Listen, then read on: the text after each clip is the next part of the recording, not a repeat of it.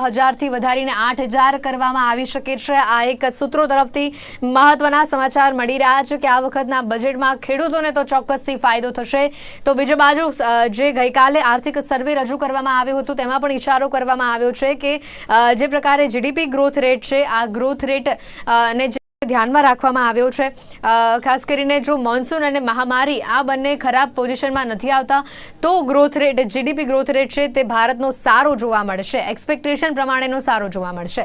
દર્શક મિત્રો, આગળની ચર્ચાઓ પણ તમારી સાથે આગળ વધારીશું। વિવિધ મુદ્દા પ્રી બજેટ ડિસ્કશનના વધુ આગળ ડિસ્કસ કરીએ। અત્યારે મારી સાથે પેનલિસ્ટ જોડાયા છે સરજુ મહેતા કે જેઓ સીએ છે અને ઇકોનોમિસ્ટ છે, સાથે ગૌરવ મહેતા કે જેઓ પણ સીએ છે અને તેઓની સાથે હરીન પંડ્યા કે જેઓ ઇકોનોમિસ્ટ છે। આપ ત્રણેય મહેમાન स्वागत है आ चर्चा में। नमस्ते। बिल्कुल हरीन जी, आपने विनंती कि आपनो कैमरा और ऑडियो ऑन કરી દેજો। આ ચર્ચાને આપણે આગળ વધારી રહ્યા છે। પહેલા તો સરજુજી આપની સાથે ચર્ચાને આગળ વધારું કે જે પ્રકારે આર્થિક સર્વે ગઈકાલે રજૂ કરવામાં આવ્યો અને અત્યારે મહત્વની ચર્ચા જે આશા અપેક્ષાઓ પર થઈ રહી છે, આપનું ગણિત કયા પ્રકારનું બેસી રહ્યું છે, કયા મુદ્દાને આવરવા એ વધુ ભારતના અર્થતંત્ર માટે જરૂરી છે?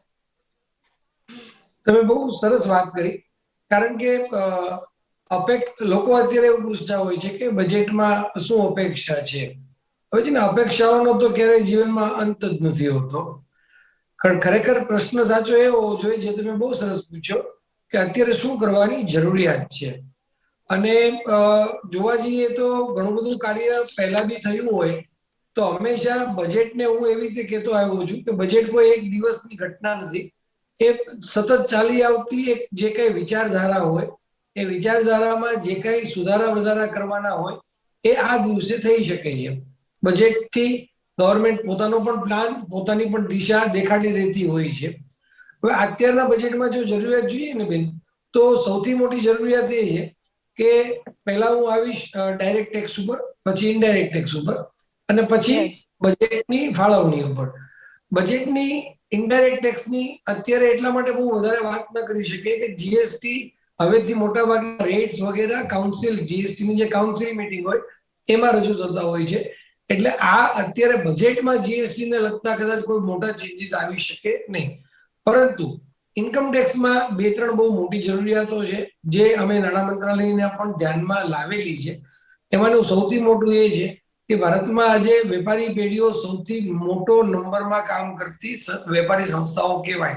ત્રણ રીતે કામ થતું હોય: પ્રોપ્રાઇટરી એટલે કે ઇન્ડિવિડ્યુઅલ રીતે, કોર્પોરેટ એટલે મોટી કંપનીઓ રીતે, અને ત્રીજું આવે છે ભાગીદારી પેઢી। ભાગીદારી પેઢી ભારતમાં મોટા ભાગે ફેમિલી પાર્ટનરશિપ જોવામાં આવે છે। હવે એ અત્યારે બે વસ્તુથી પ્રશ્નોના સામેલમાં આવી ગઈ છે ઘણા વર્ષોથી। એક, ઇન્કમ ટેક્સનો રેટ ભાગીદારી પેઢી ઉપર હજી આજની તારીખે પણ 30% છે, જ્યારે તમે જોવા જાવ તો કોર્પોરેટમાં એ ટેક્સેશન 25% થઈ ગયું છે અને એનાથી પણ વધારે કોઈ કોઈ સેક્ટરમાં 15% સુધી છે। એટલે હવે ખાસ સમય આવ્યો છે કે ભાગીદારી પેઢીને પણ 25%નો રેટ આપવો જોઈએ। અહીંયા ગવર્મેન્ટને કોઈ બહુ નુકસાન નથી, પણ સામે પક્ષે નાની પેઢીઓ, નાના વેપારીઓ કે જે બહુ મોટો જુમલો ધરાવે છે ભારતના વેપારી સામ્રાજ્યમાં, એ લોકોને અનનેસેસરીલી 5%નો કોઈ કારણ વગરનો આ રેટનો છે જે ધ્યાનમાં નથી। એવી જ રીતે ભાગીદારી પેઢીને બીજું પણ એક નુકસાન છે જે ગવર્મેન્ટના પોતાના પણ હિતમાં નથી કે એનું ટેક્સેશન ગણવાના 8%નો ગવર્મેન્ટનો જે નિયમ છે એ નિયમમાં ભાગીદારોને આપવામાં આવતો પગાર અને ભાગીદારોને આપવામાં આવતું ભાડું, વ્યાજ એ બંને બાદ આપવામાં નથી આવતા। નાણાં મંત્રાલયમાં અમે વાત કરી છે આ વિષય ઉપર, કદાચ વાત થઈ પણ જાય તો ખૂબ આનંદની વાત થશે। ઇન્ડિવિડ્યુઅલ ટેક્સ કે જે બજેટમાં આખા ભારતની બધી જનતા જેની રાહ જોતી હોય એમાં એક મોટા સુધારાની જરૂર છે। ઘણા દિવસથી લોકો કહી રહ્યા છે કે ડિડક્શન્સમાં વધારો આવશે, પણ બેન એવું થશે કે ડિડક્શન્સમાં વધારો એટલા માટે ન આવી શકે કે લાસ્ટ યર ગવર્મેન્ટે એક નવા ટેક્સ રેટની સિસ્ટમ આપી છે કે જેમાંથી બધા ડિડક્શન બાદ કરી નાખ્યા છે।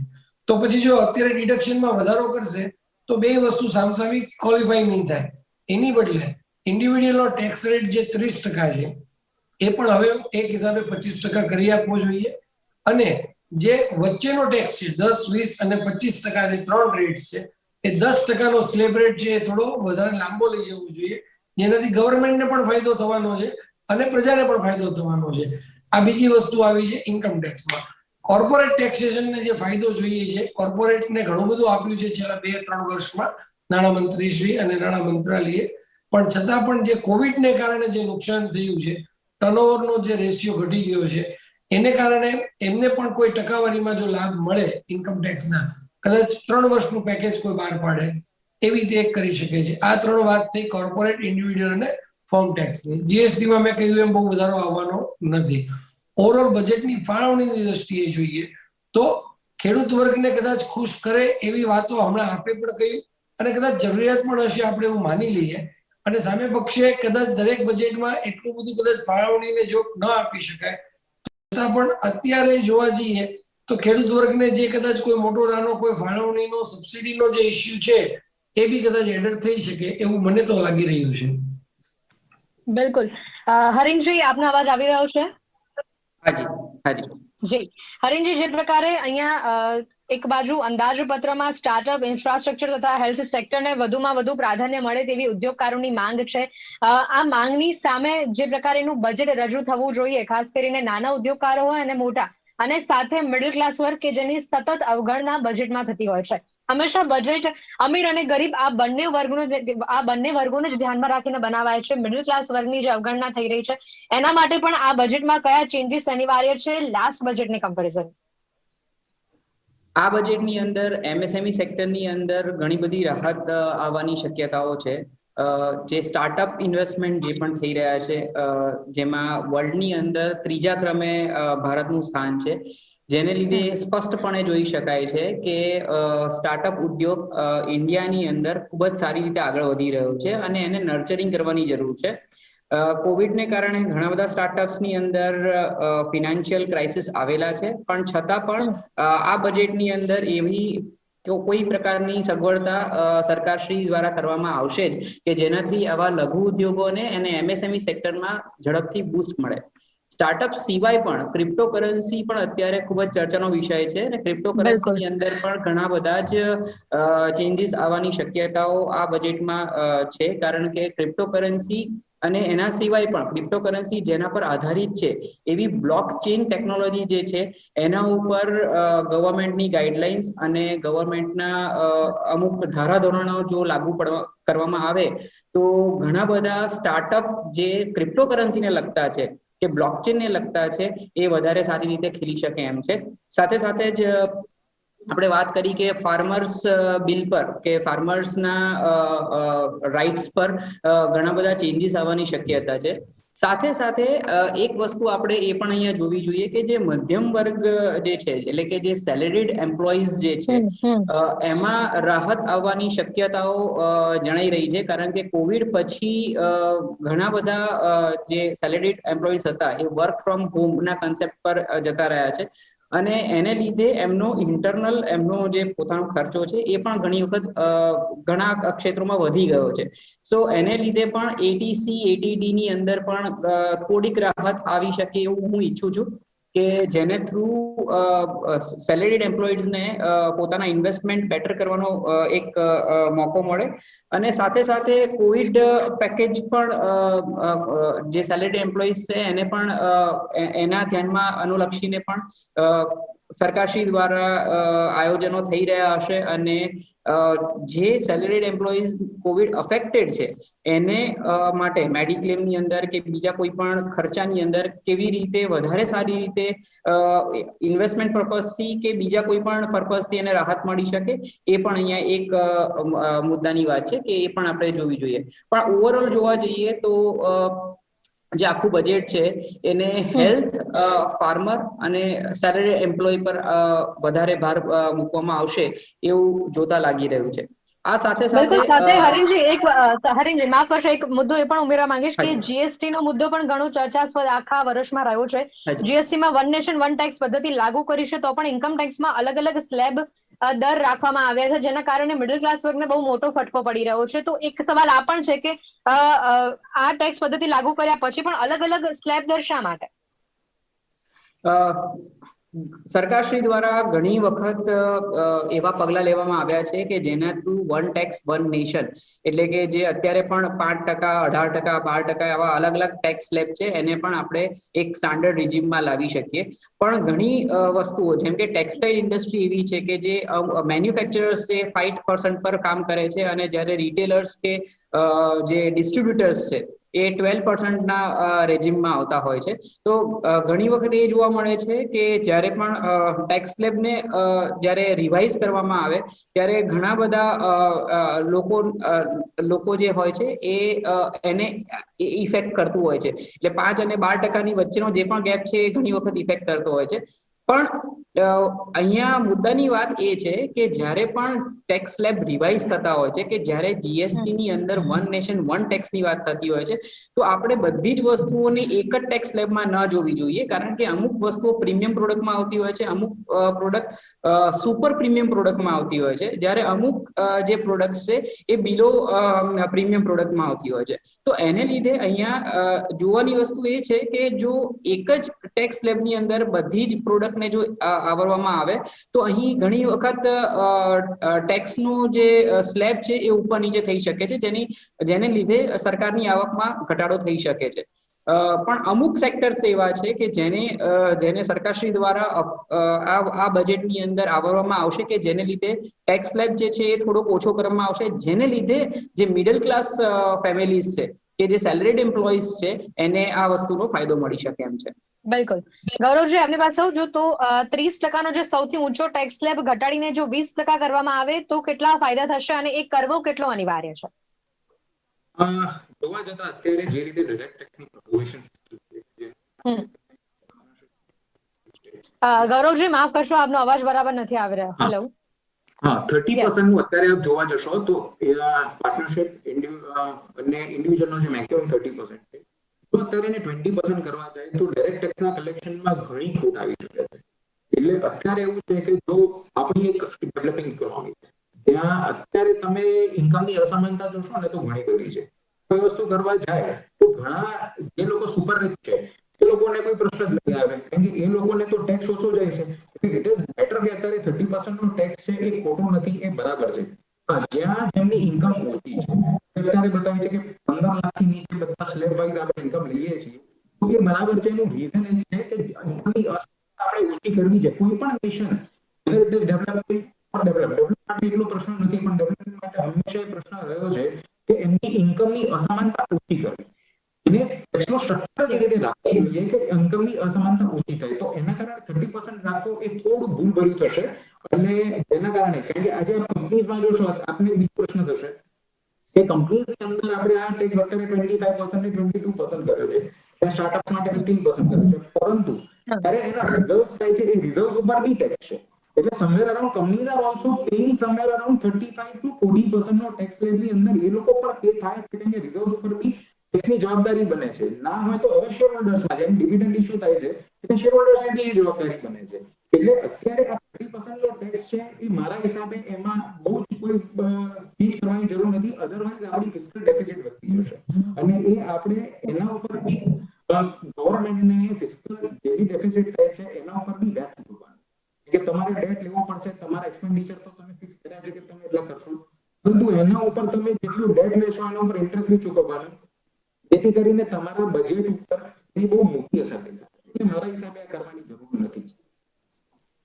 ગૌરવ, 30% ઊંચા ટેક્સ સ્લેબને ઘટાડીને માની લઈએ કે 25% કે 20% જો કરવામાં આવે તો પોસિબલ નથી કે વધુમાં વધુ કરદાતા ઊંચા ટેક્સ સ્લેબમાં આવરી શકાય અને જેના કારણે ક્યાંક અર્થતંત્રને એક વેગ મળે, એવું નથી લાગી રહ્યું આપને? કારણ કે અર્થતંત્રને ત્યારે વેગ મળશે જ્યારે ગવર્નમેન્ટ બીજા પોતાની રીતે અલગથી પ્રયાસો કરશે, જે એક્સપેન્ડિચરની અંદર બતાવે. તમારે સર્ટન અલગ રીતે તમને બતાવી શકે. હા, કોર્પોરેટ ટેક્સેશનની અંદર ઘણા એરિયા છે. અત્યારે હવે આપ જોશો તો કેપિટલ ગેઇન ટેક્સ છે, તો એની અંદર અત્યારે લોઅર ટેક્સ ઉપર તમે 15%, અત્યારે ઘણા બધા અત્યારે ઇન્ડિવિજ્યુઅલ લોકો શેર બજારની અંદર આકર્ષાયા છે. તો એ જેટલો બી એની અંદર કરે છે તો એ ટેક્સ તમારે 15% છે અગર આપ શોર્ટ ટર્મમાં જાઓ છો. અને લોંગ ટર્મમાં આપણને 1 લાખની તો છૂટ છે ઓલરેડી. એટલે ઘણા બધા રસ્તાઓ છે, પરંતુ એ કરવા જશો તો ઘણી રીતે ડાયરેક્ટ ટેક્સના કલેક્શનમાં બહુ મોટી ઇફેક્ટ પડી શકે છે. આપ જોશો ને તો આગળ જે કેલ્ક્યુલેશન થશે એ ઘણી મોટી છે. અર્થતંત્રને વેગવંતુ બનાવવા માટે એના ઉપર જે તે ઇન્ડસ્ટ્રી ઉપર તમારે યા તો એના સબસિડીઝ છે એ આપવાની જરૂર છે. અને જે અત્યારે મારા હિસાબે ગવર્મેન્ટના જેટલા બી અત્યારે પ્રપોઝનલી જોશો દરેક સેક્ટરમાં એ રીતે આપી રહી છે. વેરાને હા તમારો સ્લેબ છે એ આપ ઊંચો કરો, સ્લેબને ઊંચો કરવાની જરૂર છે. કદાચ માનો કે જે અત્યારે 5 લાખથી શરૂ થાય છે અને 2.5 ને 5 નો જે નવા ટેક્સ રેજિમમાં તમને સ્લેબ આપે છે એને વધારવાની જરૂર છે, જેથી કરીને ઘણા લોઅર સ્લેબની અંદર આવી અને ટેક્સ વધી શકે. હા, જે ઊંચો સ્લેબ છે એ કદાચ તમે 20 લાખ સુધી લઈ અને એના ઉપર 30% રાખો અને એના ઉપર જે સસ્તા છે it would be a better decision. અગર ટેક્સ સ્લેબને અત્યારે વધારવામાં જુઓ તો એને ઊંચો કરો એ વધારે હિતારું બન્યું છે. ઓકે, બિલકુલ. સરજુજી, અહીંયા બેન્કિંગ સેક્ટર ઉપર પણ એકવાર આવીએ તો બેન્કિંગ સેક્ટરમાં જે પરિવર્તન આવશે એની સૌથી મોટી અસર મિડલ ક્લાસ વર્ગને થશે. અને આજે મિડલ ક્લાસ વર્ગની ચર્ચા આપણે વધારે એટલા માટે કરી રહ્યા છે કારણ કે હવે જો આ વર્ગને ધ્યાનમાં રાખવામાં નહીં આવે તો એની અસર ચોક્કસથી તમારા અર્થતંત્ર પર પડશે. એટલે બેન્કિંગ સેક્ટરમાં કેવા ચેન્જીસ આવવા જોઈએ અથવા તો એને સરકારે ધ્યાનમાં લેવા જોઈએ? તમારો પોઈન્ટ ઓફ વ્યૂ શું છે અહીંયા? બેન્કિંગમાં આપણે પહેલા બી વાત કરેલી થોડા દિવસો પહેલા આ જ પ્રકારના એક શોમાં કે બેન્કિંગ ઇન્ડસ્ટ્રી પોતે અત્યારે એક બહુ સંક્રમણ કાળમાં ચાલી રહી છે.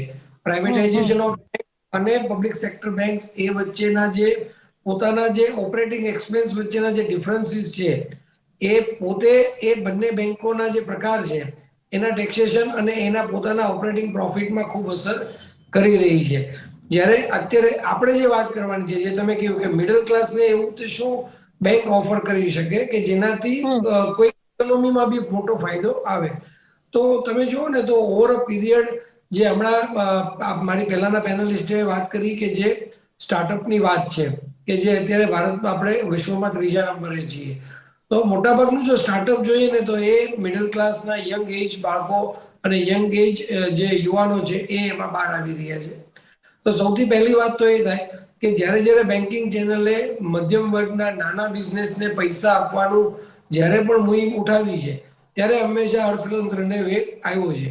આપણે બેન ગમે એટલું કહીએ ઇન્ડિયા કોર્પોરેટ છે ગમે એટલું આગળ વધે, હું પણ બહુ ખુશ છું કે આપણે આગળ છીએ, પણ આપણી ઇકોનોમી ખરેખર મિડલ ક્લાસના જે મિડલ વર્ગના જે ઓપરેટિંગ બિઝનેસ છે જેને આપણે મધ્યમ વર્ગના લોકો કહીએ છીએ એની આસુપાસુ સંકળાયેલી છે.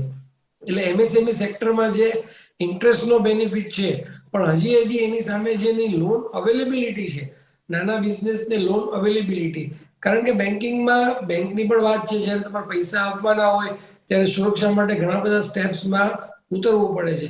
પણ ઓવરઓલ હજી ઇન્ડિયામાં એવું છે કે પ્રોપર્ટીની સામે જે લોન્સ મળે છે એ લોન્સનો રેશિયો ખરેખર હવે વધારવાની જરૂર છે. કારણ કે પ્રોપર્ટીના વેલ્યુએશન સામે ખૂબ ઓછી લોનો હજી પણ બેંક આપે છે. જો એ લોનના પર્સન્ટેજ વધારશે તો ચોક્કસપણે મિડલ ક્લાસને ખૂબ ફાયદો થશે.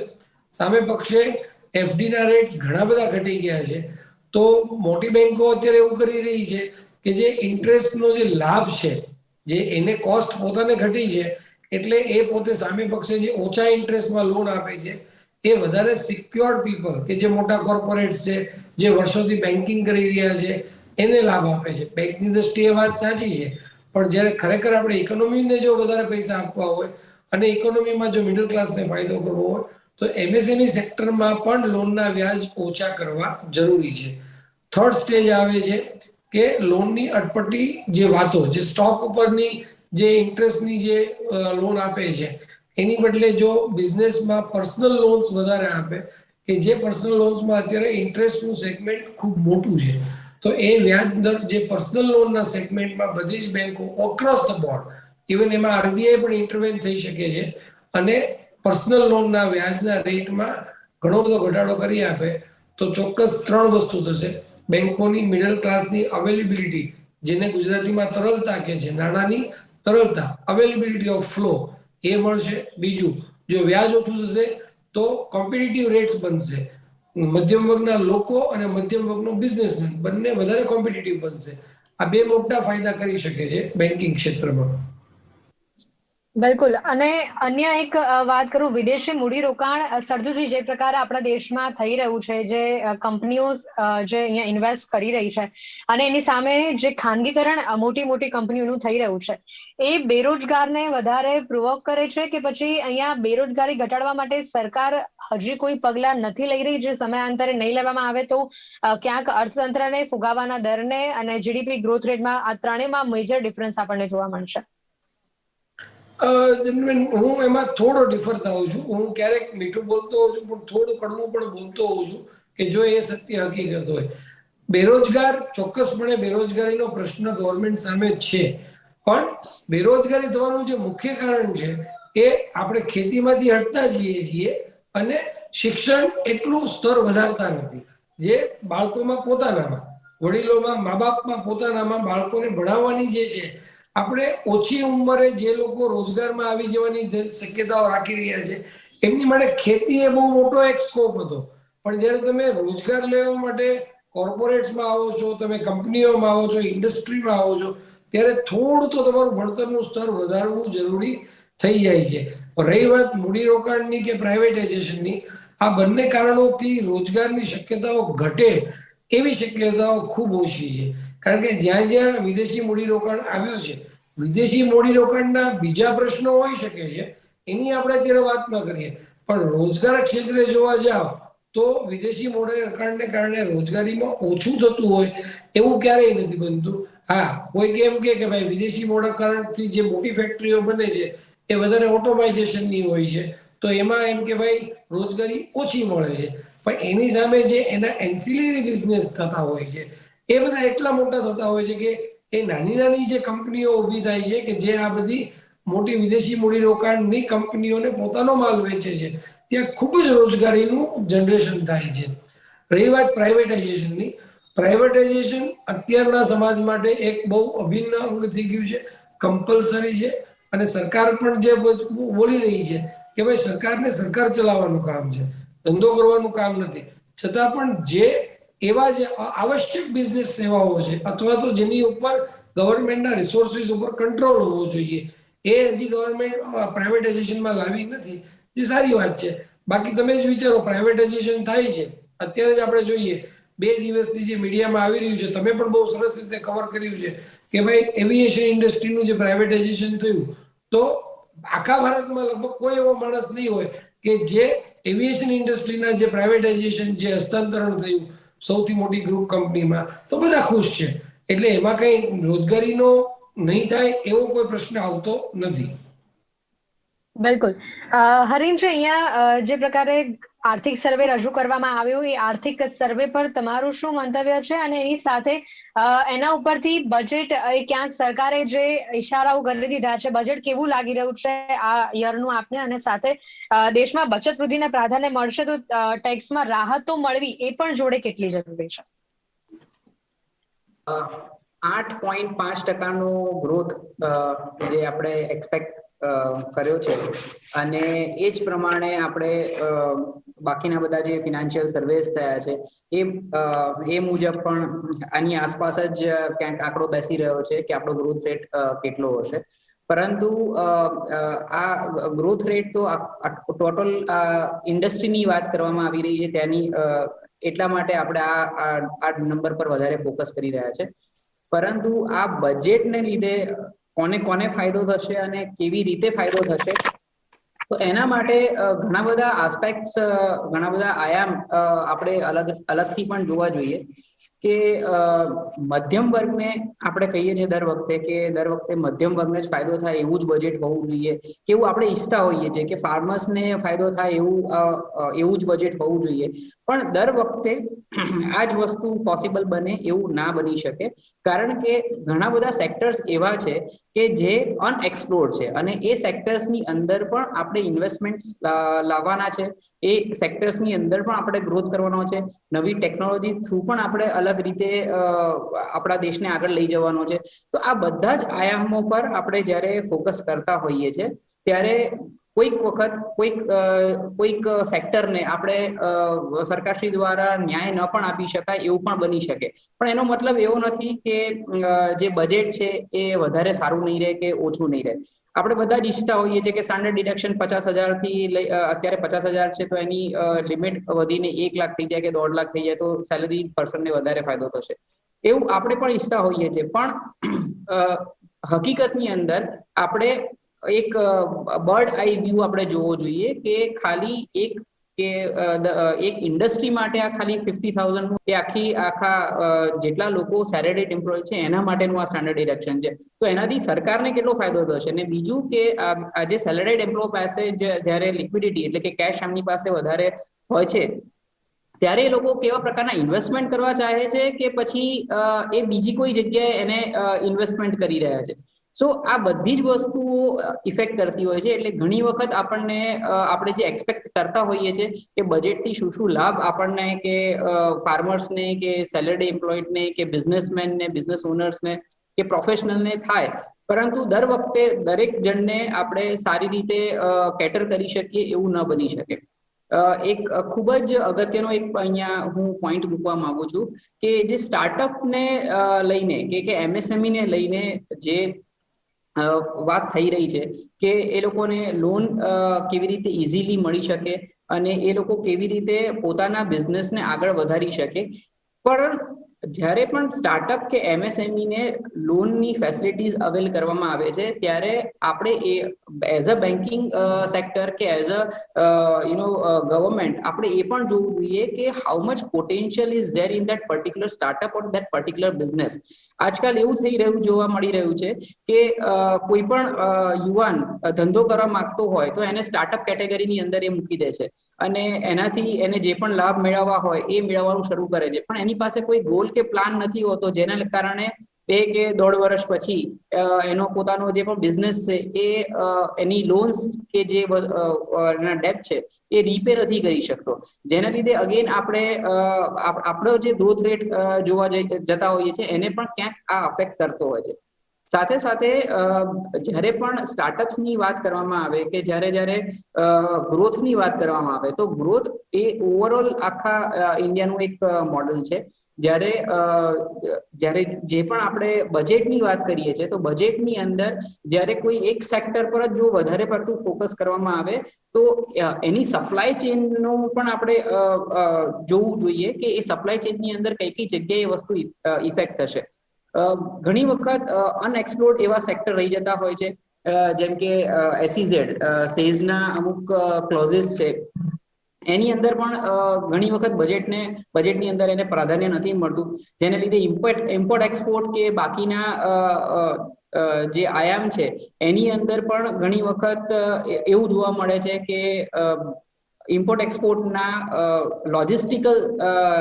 લોજિસ્ટિક્સ પર જે પણ ખર્ચાઓ થતા હોય છે કે ટેક્સેશન થતા હોય છે એને કોઈક રીતે અલગ રીતે જોવા નથી મળી રહ્યા અને એને એ લોકોને ફાયદો નથી મળી રહ્યો, જેને લીધે જે સ્ટાર્ટઅપની અંદર જે સપ્લાય ચેનની અંદર ઇમ્પોર્ટ એક્સપોર્ટની અંદર જે નવા સ્ટાર્ટઅપ બની રહ્યા છે એ લોકોને પણ ક્યાંક ને ક્યાંક નુકસાન થતું હોય છે. તો આપણે ખાલી બજેટને એ રીતે ના જોવું જોઈએ કે આપણો ગ્રોથ રેટ કેટલો છે કે આપણને કઈ રાહતો મળે છે, પણ ઓવરઓલ આપણે આપણા દેશને કેવી રીતે વેગવંતો બનાવી શકીએ એના પર પણ આપણે ફોકસ કરવું જોઈએ. મારું માનવું એવું છે કે આપણા દરેક જગ્યાએ આપણે દરેક સમાજની પણ એક મોરલ રિસ્પોન્સિબિલિટી છે કે સ્કિલ ઇન્ડિયા પર ફોકસ વધારે કરે. આજકાલ જે પ્રાઇવેટાઇઝેશનની પણ જે વાતો થઈ રહી છે તો પ્રાઇવેટાઇઝેશનની અંદર સરકારને પણ કેમ પ્રાઇવેટાઇઝેશન કરવું પડે છે, કારણ કે સ્કિલ એમ્પ્લોઈઝ જે છે એની અછત આપણે ભારતમાં જોઈ જ રહ્યા છે. જ્યારે પણ કોઈ નવી કંપની પ્રાઇવેટ કંપની જ્યારે પોતાના એમ્પ્લોઈઝને હાયર કરતી હોય છે ત્યારે એ એજ્યુકેશન કરતા એટલે શિક્ષણ કરતા એનામાં કેટલી સ્કિલ છે અને કેવી રીતે ડેવલપ કરી શકે છે એના પર એનો ઇન્ટરવ્યુ થતો હોય છે અને એના પર એને હાયરિંગ મળતું હોય છે. પણ જનરલી સરકારના જે પણ પ્રોજેક્ટ હોય છે એટલે ગવર્મેન્ટ હેન્ડલ જે પણ પ્રોજેક્ટ હોય છે એની અંદર ઘણી વખત એજ્યુકેશનનું જ મહત્વ વધારે હોય છે, સ્કિલનું મહત્વ નથી હોતું. તો આ આખી વસ્તુ ઇમ્બેલેન્સ થઈ જાય છે. તો જ્યારે તમે આખી ઇકોનોમીને જ્યારે તમે એક બેલેન્સ પર લાવો છો ત્યારે સ્કિલ અને એજ્યુકેશન ક્યાંક કોમ્પ્રોમાઇઝ થતું હોય એને લીધે આપણો ગ્રોથ રેટ પણ થોડોક ડાઉન થઈ શકે એવું મારું માનવું છે. બિલકુલ સરજુજી, જે ચાલુ નાણાકીય વર્ષમાં 9.2% ગ્રોથના અનુમાન હતું અને એનાથી ઓછું આવ્યું છે 8.5%, અને એના ઉપર સરકાર જે ભાવાઈ લૂંટી રહી છે કે 8.5% આટલી મહામારીમાં પણ સારું રહ્યું છું, આગળ અને સારું રાખવું હોય તો તમારે મોન્સૂન અને ખાસ કરીને મહામારી ઉપર વધારે ફોકસ કરવું પડશે. જો આ બંને બેલેન્સમાં રહ્યા તો હજી પણ નેક્સ્ટ જ્યારે ટર્મ આવશે ત્યાં સુધીમાં આપણો ગ્રોથ રેટ બહુ સારો વધી ગયો હશે. તો હવે આ વાતને તમે કઈ રીતે જુઓ છો પર્સનલ પ્રોસ્પેક્ટિવથી, કે જે પ્રકાર અત્યારે સરકાર વાત કરી રહી છે, મહામારી તો ઠીક છે, અત્યારે જે ઓમિક્રોન વેરિયન્ટના કારણે જે ખરાબ અસર થવાની હતી એટલી બધી નથી થઈ ભારત દેશમાં. બીજા બધા દેશોમાં 5મી 6ઠ્ઠી લહેર ચાલે છે, જ્યારે આપણે 3જી લહેરમાં પણ વ્યવસ્થિત બહાર આવી ગયા છે, હોસ્પિટલાઇઝેશનની વધારે જરૂર નથી પડી. બીજી બાજુ મોન્સૂનની તમે વાત કરો તો આ વર્ષે પણ જે શિયાળામાં પણ જે પ્રકાર એટમોસ્ફિયર રહ્યું છે, ખેડૂતોને ઘણું નુકસાન થયું છે. ચોમાસામાં પૂરતો વરસાદ ભારતમાં નથી પડી રહ્યો ગ્લોબલ વોર્મિંગની અસરોના કારણે. તો આ બધા પ્રિડિક્શન અત્યારથી લેવા અને અત્યારથી ગ્રોથ રેટ જે તમે નક્કી કર્યો છે એના વચ્ચેનું જે મેજર ગેપ છે એ વધારે નુકસાનકારક બનશે કે નહીં? તમે જે પ્રશ્ન પૂછ્યો છે ને એ ખરેખર બહુ અટપટો પ્રશ્ન એટલા માટે છે કે જે વસ્તુ કુદરતી સંભાવનાઓ પર આધારિત હોય એને ચોક્કસપણે એને પ્રેડિક્ટ કરવું મુશ્કેલ છે. પણ હવે જોવા જઈએ તો ખરેખર ઇન્ડિયન ઇકોનોમી છે હંમેશા ચોમાસાને આધારિત રહી છે, મોન્સૂનને આધારિત આપણી ખેતી લાયક જે કંઈ આપણી ઇકોનોમી છે. કારણ કે લોકોને એમ થાય છે કે હવે આપણે એટલા બધા ક્યાં ખેતી પ્રધાન દેશ રહ્યા છીએ, પણ અત્યારે પણ આપણે જે એગ્રો બેઝ પ્રોડક્ટમાં જે આપણે આગળ છીએ, ભલે આપણે ઇન્ડસ્ટ્રી હોય પણ એ industry backed by agro products હોય છે. એટલે બહુ મોટું રિસ્ક હોય છે આપણી ઇકોનોમીને આગળ લાવવા માટે મોન્સૂનનું. પણ તમે જુઓ ને તો એ જ વસ્તુ પોઝિટિવ તમે જુઓ કે કોરોનામાં જે બીજા દેશોમાં તકલીફ પડી હશે, બીજી ઇકોનોમીને તકલીફ પડી હશે, એ આપણને એ તકલીફ ઓછી પડી. કોઈ કેમ કહે છે કે ભાઈ કેવી રીતે એવું બન્યું?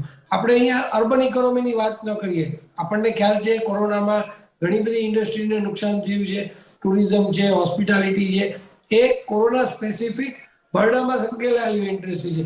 એ ઇન્ડસ્ટ્રીને અત્યારે આપણે છોડી દઈએ તો બંને તરફ એક છેલ્લા 2 વર્ષના મોન્સૂન જોઈએ, કોઈ પર્ટિક્યુલર પાર્ટ્સમાં વધારે વરસાદ કે ઓછો વરસાદ આવ્યો છે, પણ ઓવરઓલ આપણે જે દુષ્કાળની પોઝિશન જોતા એવી દુષ્કાળની પોઝિશન નથી. એટલે પાણી આપણી પાસે આપણા દેશને પૂરતું છે. એટલે જે તમે હમણાં જ વાત કરી કે ભાઈ આ વિન્ટર આટલો સારો ગયો છે, તો બે વસ્તુ હોય છે કે વિન્ટરનો જે પાક છે એને પણ ચોક્કસપણે થોડો ફાયદો થશે. કારણ કે હવે જો ગરમી જેટલી ઝડપથી ગરમી જે ઝડપથી આપણને ઠંડી આવે છે એટલી જ ઝડપથી આપણે ગરમી આવી જતી હોય છે. તો જે એ વિન્ટર બેઝ જે પાક છે એને તો મારા ખ્યાલથી કોઈ નુકસાન થયેલું નથી. અને ઓવરઓલ જે ગવર્મેન્ટે કહ્યું છે કે આવતું વર્ષ કેવું જશે, આપણે કોરોનાને મેટવિથ કરશું કે નહીં, તો એમાં જે પોઈન્ટ છે કે જે આપણો ચોમાસાને લગતો જે પાક છે, જે હવે પછીના મોન્સૂન ઉપર આધારિત થઈને આવનારા વર્ષનો આપણને જીડીપીનો રેટ અને જે એનો ગ્રોથ રેટ કયો છે એ એકદમ ડેસ્ટિની ઉપર હોય છે, હંમેશા કેલિમિટી ઉપર હોય છે. વરસાદ અતિ અથવા વરસાદ નહીં એ બંનેનું કારણ આપણે જોઈ શક્યા હોય છે, આટલા વર્ષોથી અનુભવ્યા છે. આપણે એવી આશા રાખીએ કે ગ્રોથ રેટમાં જે કોમ્પોનન્ટ આપણને અત્યારે દેખાઈ રહ્યો છે કે જે આપણો મોન્સૂન બેઝ હશે, જે ચોમાસાનો બેઝ છે, એ તો ડેસ્ટિની જ કહી શકે છે, એમાં આપણે કશું કરી શકતા નથી. પણ let's hope for the best, for a good monsoon four everybody this year also. બિલકુલ ગૌરવજી, બીજી બાજુ ટેક્સટાઇલ, કોસ્મેટિક, ફૂટવેર એની વાત કરું તો એમાં જે જીએસટી દરમાં વધારો કરવામાં આવ્યો છે હાલમાં, અને ક્યાંક એને સ્ટેબલાઇઝ કરવાની જે વાત હતી પણ એને બી પડતી મૂકવામાં આવી. ટેક્સટાઇલમાં તો જો કે વિરોધ પછી જે ટેક્સ દર છે યથાવત રાખવામાં આવ્યા હતા, પણ અન્ય જગ્યા ફૂટવેરમાં પણ 12%, 1000ની ઉપર તમારી શોપિંગ છે તો 12%નું જે ફૂટવેર એના પર જીએસટી લાગશે. હવે આનો માર મિડલ ક્લાસને વધારે પડી રહ્યો છે. તો આ જે ટેક્સ દરોમાં વધારા કરવામાં આવ્યા છે એ નથી લાગતું કે એક પોર્શન પૂરતા સીમિત રાખવા? તો બ્રેક બાદ હું હેતવી ફરી એકવાર આપ સૌનું સ્વાગત કરી રહી છું. બજેટની આશા અપેક્ષા ઉપર વાત કરી રહ્યા છે અને અત્યારે પેનલિસ્ટ પણ મારી સાથે જોડાયેલા છે. સરજુ મહેતા જોડાયા છે, હરીન પંડ્યા જોડાયા છે અને તેઓની સાથે ગૌરવ મહેતા. ત્રણેય મહેમાનોનું ફરી એકવાર સ્વાગત છે. સાધુજી, આપનાથી એક મુદ્દો મહત્વનો અહીંયા રહી ગયો છે કે સલાહ સૂચનો સરકાર જે વિપક્ષ પાસેથી સતત લઈ રહ્યું છે, પણ બજેટ સત્ર જે લાસ્ટ યરની પણ આપણે વાત કરીએ, આરોગ્ય ક્ષેત્ર અને શિક્ષણ ક્ષેત્ર પર ભાર મૂકવામાં આવ્યો હતો, કારણ કે બધું જ શિક્ષણ ઓનલાઈન થઈ ગયું હતું. આરોગ્ય ક્ષેત્રે ભાર મૂકવો જરૂરી હતો મહામારીના સમયમાં, પણ સલાહ સૂચન પછી પણ બજેટ સત્ર ક્યાંક હંગામી રહ્યું હતું. વિપક્ષની ભૂમિકા આપણને બરાબર જોવા નથી મળી અને આ વર્ષે પણ ક્યાંક એવી થવાની પ્રબળ સંભાવનાઓ છે. સૌથી વધુ અવગણાતા મુદ્દા આપના મતે કયા છે આ બજેટમાં અને વિપક્ષની ભૂમિકા? બંને શોર્ટમાં જવાબ આપશો પ્લીઝ. કોઈ મુદ્દો અવગણવાની જો વાત કરીએ કે જેની ઉપર કોઈ અવગણના થયેલી હોય, હા ચોક્કસ તમે જોવા જાવ તો ક્યારેય પણ કોઈ પણ દેશનું કોઈ પણ રાજ્યનું બજેટ બનતું હોય તો 3 વસ્તુ બહુ અગત્યની હોય છે: શિક્ષણ, આરોગ્ય અને ડિફેન્સ. ડિફેન્સ, આરોગ્ય અને શિક્ષણ, આ 3 વસ્તુ જો ઓટોમેટિક જો ટેકન કેર લેવાતી હોય તો જે બજેટની જે ફાળવણીની વાત છે એ આ 3 વસ્તુ પર વધારે આધારિત હોય છે. એ તમારો પ્રશ્ન બહુ સરસ છે. જે અહીંયા આપણે અત્યાર સુધી વાતો કરતા હતા એ બજેટના રેવન્યુ પાર્ટ્સની વાત કરતા હતા. હવે આપણે વાત કરી રહ્યા છીએ બજેટની ફાળવણીની. તો આ ત્રણ મુદ્દા ઉપર જો ખરેખર ગવર્મેન્ટનું કોન્સન્ટ્રેશન પ્રોપર ચાલતું હોય અને એમાં આપણે જો કોઈ ખોટ કાઢી શકતા નથી, આ 3 મહત્વના મુદ્દામાંથી કઈની ઉપરની ફાળવણીમાં ક્યાંય અસર પડશે અને એની નેગેટિવ ઇમ્પેક્ટ કેવી હશે, મને એવું લાગે છે કે પ્રવર્તમાન જે વિદેશી સંજોગો આપણા છે એમાં આપણે ડિફેન્સમાં કશું કરી શકીએ એમ નથી, કોઈ કોમ્પ્રોમાઇઝ થાય એવું નથી. સેમ વે જે આપણે કોરોનાની મહામારી 2-2.5 વર્ષથી આપણે જે જોઈ રહ્યા છે એને કારણે મેડિકલ ક્ષેત્રે સરકાર એક પણ પૈસો ફાળવણીમાં ઓછો કરે એ તો શક્યતા સાવ ઝીરો જેવી ગણાય. ઉલટાનું એને કોન્સન્ટ્રેશન વધારવું પડશે. આ તબક્કે જોવા જઈએ તો બાકી રહ્યું ફક્ત શિક્ષણ. તો મને એવું લાગે છે ક્યાંક ને ક્યાંક જે ડર છે કે 2 વર્ષથી શિક્ષણનું સ્તર પ્રાઇવેટલી બી ઓછું આવ્યું છે, બીકોઝ કે આપણે ભણતર ઉપર અસર થઈ જ છે મહામારીની. અને એમાં પણ જ્યારે સરકાર પાસે અત્યારે કોઈ પણ અઘરા પગલા લઈને પૈસા વધારવાનો, એની આવક વધારવાનો કોઈ સ્કોપ છે નહીં. મેડિકલ અને ડિફેન્સ ક્ષેત્રે આપણે કોમ્પ્રોમાઇઝ કરી શકીએ એમ નથી.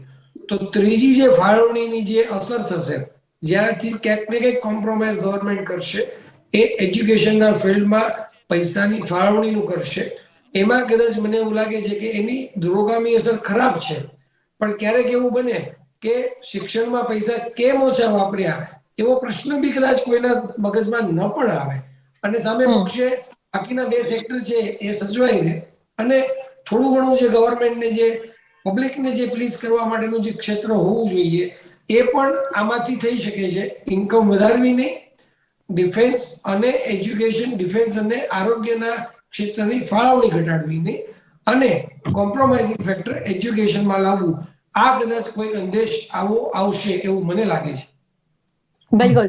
ગૌરવજી, અહીંયા શિક્ષણના મુદ્દાની વાત આવી છે ત્યારે યુવાઓને, વિદ્યાર્થીઓને ધ્યાનમાં રાખીને કયા મહત્વના પોઈન્ટ્સ આપને લાગી રહ્યા છે કે જેમાં આ વખતે બજેટમાં તેનો સમાવેશ કરવો જોઈએ? જે રીતે અત્યારે શિક્ષણ ક્ષેત્રે જોશો તો જે રીતની સ્કિલ બેઝ કરવી જોઈએ એ રીતે સ્કિલ બેઝ અત્યારે શિક્ષણ વધવું જોઈએ એ હજી ઓછું છે આપણા ભારતમાં. કેમ કે આપણી કોઈ પણ યુનિવર્સિટી અગર આપ જોશો તો ટોપ 50 કે એમાં નથી. એટલે આપણે સૌથી ઇમ્પોર્ટન્ટ છે કે જેટલી સ્કિલ્સ છે જે અત્યારે ઓવરઓલ ગ્લોબલ માર્કેટમાં જેની અત્યારે જરૂરિયાત અત્યારે થઈ છે શું આપણા જેટલા બી વિદ્યાર્થીઓ આગળ ભણી અને પછી ફર્ધર સ્ટડીઝ માટે યુએસ જાય છે કે યુરોપ જાય છે અને ત્યાં બધી મોટી યુનિવર્સિટીઝમાં ભણી અને એ લોકો ત્યાં જ સેટલ થાય છે અને ત્યાં જ લોકોને જોબ સારી મળે છે.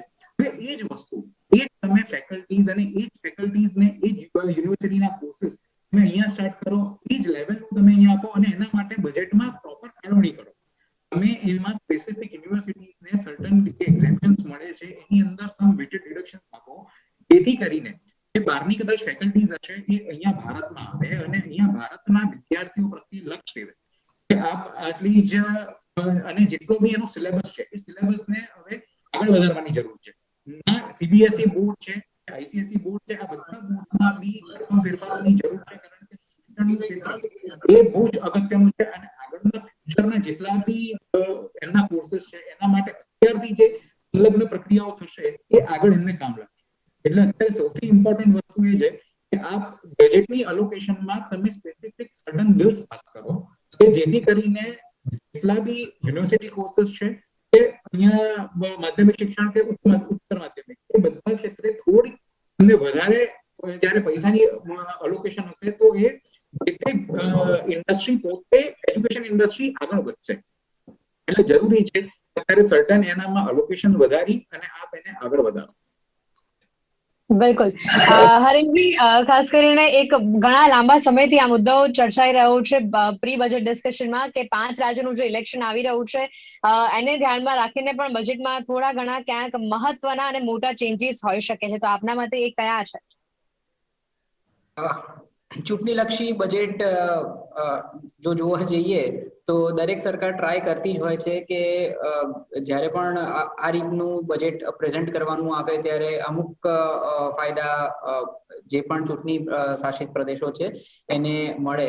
પરંતુ જેવી રીતે ગવર્મેન્ટની પણ ગાઈડલાઇન્સ આવી છે કે જે રાજ્યોમાં ચૂંટણી છે એ રાજ્યોની અંદર કોઈ પણ એવા એનાઉન્સમેન્ટ એના માટેના એવા એનાઉન્સમેન્ટ બજેટની અંદર ન કરવા એવી ઓલરેડી ગાઈડલાઇન્સ આવી ચૂકી છે. પણ છતાં પણ જે પ્રમાણે ઉત્તર પ્રદેશની ચૂંટણી આપણે જોઈએ તો ફાર્મર્સને લઈને આ બજેટની અંદર ઘણી બધી રાહત આવી શકશે એવું મારું માનવું છે. આ સિવાય જે એગ્રીકલ્ચર પ્રોડક્ટ્સની અંદર કે એગ્રીકલ્ચર સપ્લાય ચેઇન જે પણ છે, ઇમ્પોર્ટ એક્સપોર્ટ પણ તમે જો એની અંદર ગણી લો તો એની અંદર પણ ઘણી સારી માળખાકીય સુવિધાઓ આ બજેટની અંદર આપવામાં આવશે એવું મારું ચોક્કસપણે માનવું છે કે જેના લીધે ઉત્તર પ્રદેશ કે ત્યાંના આજુબાજુના જે પણ રિજન છે એમાં જે લોકો સૌથી વધારે ખેતી આધારિત જ પેદાશોનું બિઝનેસ કરીએ છે કે પોતાનું ગુજરાન ચલાવે છે તો એ લોકોને ઓફકોર્સ એની અંદર સારો એવો ફાયદો આ બજેટને લઈને જોવા મળશે. બિલકુલ. સરજુજી, હવે અહીંયા એક જ્વેલરી જેમ સેક્શનને પણ આપણે એડ કરી લઈએ તો આ સેક્ટર માટે તમે કયા પોઝિટિવ પાસા જોઈ રહ્યા છો, કયા ચેન્જીસ જોઈ રહ્યા છો? જ્વેલરી અને જેમ સેક્ટરની પોતાની એક તકલીફ છે એને એ તકલીફને જો આપણે આ બજેટમાં કંઈ આવરી શકીએ તો બહુ મોટો વર્ગ છે કે જે આ ક્ષેત્રમાં સંકળાયેલો છે. એટલે એ લોકોના જે અંગત પ્રશ્નો છે, જે ઇન્ડસ્ટ્રી સ્પેસિફિક પ્રશ્નો હોય, જેમ ટેક્સટાઇલના સ્પેસિફિક પ્રશ્નો હોય, એ લોકોને અત્યારે સૌથી મોટી વસ્તુ છે કે જે ઇમ્પોર્ટ અને એક્સપોર્ટમાં જે ડ્યુટીઝ અને જે એ લોકોને બેનિફિટ્સ મળે છે, જેને બહુ પહેલાની ભાષામાં ડ્યુટી ડ્રોબેક્સ કહેવાતા, અને અત્યારે એને અલગ અલગ ડ્યુટીઝમાં એને જે સબસિડી, ક્રેડિટ્સ અને જે એમને ક્રેડિટ પોઈન્ટ્સ મળે છે, આ 3 વસ્તુનું સ્પેસિફિક છે. જેટલી ડોમેસ્ટિક માર્કેટ આપણી જેમ્સ એન્ડ જ્વેલરીની છે એટલી જ મોટી વિશાળ માર્કેટ ઇન્ડસ્ટ્રીની આપણી વર્લ્ડમાં છે. તો એને કેટર કરવા માટે જો આપણને આ 3 મુદ્દાઓ પર ધ્યાન આપે કે જે એક્સપોર્ટ્સના જે એમના જે રિફંડના ઇશ્યુઝ છે, એમના જે એક્સપોર્ટ્સના જે એમને ડ્યુટી ડ્રોબેક્સ મળે છે, એમને એ જે યુટિલાઇઝેશન કરવાના પ્રશ્નો છે, અને ત્રીજું છે કે જે એની માટેના જે ઇમ્પોર્ટ ઇશ્યુઝ છે, કારણ કે ઘણી બધી વસ્તુ આજે સબસ્ટિટ્યુટ પ્રોડક્ટ્સ તરીકે તમે જુઓ તો સબસ્ટિટ્યુટ પ્રોડક્ટ્સ અને સબસ્ટિટ્યુટ ઇક્વિપમેન્ટ એ બંને વસ્તુ આપણે ઇમ્પોર્ટ કરવી પડે છે. તો ઇમ્પોર્ટ ક્ષેત્રે જો આ ક્ષેત્રને જે થોડી ઘણી પણ રાહત મળી શકે, થોડું ઇઝ ઓફ કન્ડક્ટ, ઘણી બધી વસ્તુ સ્મૂથ બની ગઈ છે, સાથે સાથે ઇન્ડસ્ટ્રી સ્પેસિફિક જો વસ્તુ સ્મૂથ બને તો આ ચોક્કસ અત્યારે આ ઇન્ડસ્ટ્રીને આ બજેટમાં ફાયદો થાય એવી શક્યતાઓ દેખાય છે. બિલકુલ. ગૌરવજી, અહીંયા એક હજી લોન સેક્ટરમાં મહત્વનો મુદ્દો ધ્યાનમાં આવી રહ્યો છે કે એજ્યુકેશન લોન અને અત્યારે હોમ લોન, આ બંને બહુ જ મહત્વનો ફાળો ભજવે છે ઇન્ડિયન ઇકોનોમીમાં અને ઇન્ડિયન લોકોના ફ્યુચર માટે. તો આ બેન્કિંગ સેક્ટરને લગતા આ બંને લોન ડિપાર્ટમેન્ટમાં કોઈ ચેન્જીસ અથવા તો કોઈ રાહત, કોઈ સબસિડી આપને લાગી રહી છે? અત્યારે આપણે જોવા જઈએ તો ઘણા બેઝિકલી સબસિડીઝ છે, જેમ કે અત્યારે હાઉસિંગ સબસિડી છે, એ MIGs માટે છે, જે અત્યારે આ વર્ષથી બંધ થઈ છે.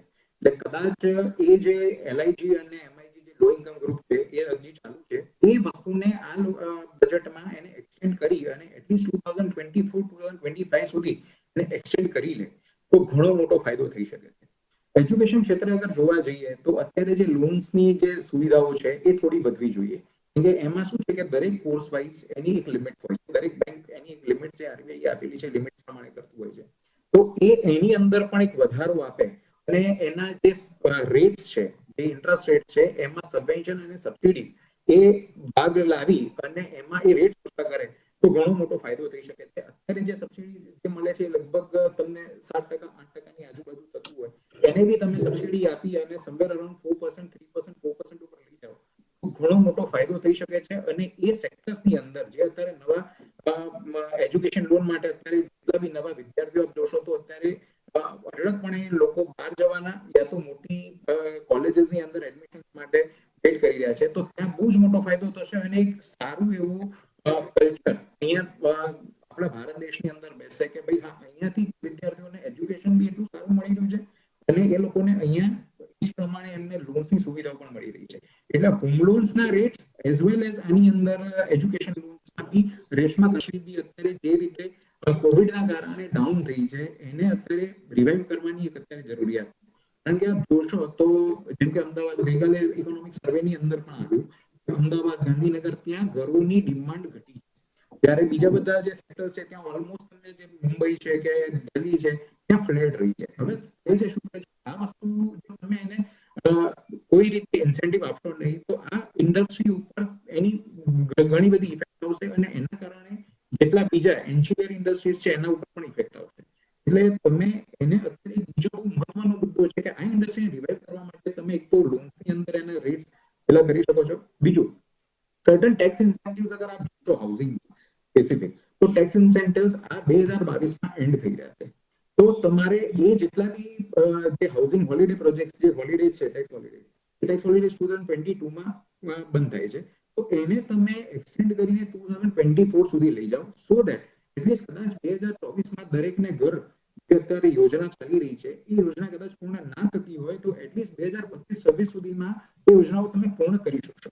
એટલે એના માટે એ 2 વર્ષ એક્સટેન્શનની જરૂર છે. બજેટમાં એની ફાળવણી થવી જોઈએ સો દેટ કે દરેકના ઘર પ્રત્યેની જે અલોકેશન છે એ લોકોને પ્રોપરલી મળી રહે. બિલકુલ. સર, મિડ ઓફ જાન્યુઆરીથી આપણે જે જોઈ રહ્યા છે માર્કેટની સ્થિતિ અને જે પ્રકારે શેરબજાર ડાઉનફોલમાં આપણને જોવા મળ્યું છે હવે એની સામે આ બજેટને અનુલક્ષીને પણ દેશમાં રૂપિયો મજબૂત કરવાની કેટલી જરૂર લાગી રહી છે અને એના માટે કયા સ્ટ્રિક્ટ પોષણ જે સ્ટ્રિક્ટ પગલા છે કે જે ગવર્મેન્ટે લેવા પડશે? કારણ કે જે સ્થિતિ અત્યારે આપણે રૂપિયાની ગગડતી જોઈ રહ્યા છે એને ધ્યાનમાં રાખીને જો આગળના નેક્સ્ટ 5 યર્સનું આપણે અનુમાન લગાવીએ તો કદાચ એ બહુ અઘરું બની જશે જો રૂપિયો આ જ રીતે ગગડતો રહે તો. તમારી વાતને જો આપણે જુદી રીતે રજૂ કરીએ તો એ અત્યારના ગ્લોબલ સિનારીઓમાં જો આપણે કશું કલેક્ટિવલી કોઈ કાર્ય થવું જોઈએ તો એ છે આપણી રૂપિયાની પોઝિશનને સ્ટ્રોંગ કરવાનો અને વધુ ગગડતો અટકાવવાનો. કારણ કે આપણે બધા જ ક્ષેત્રે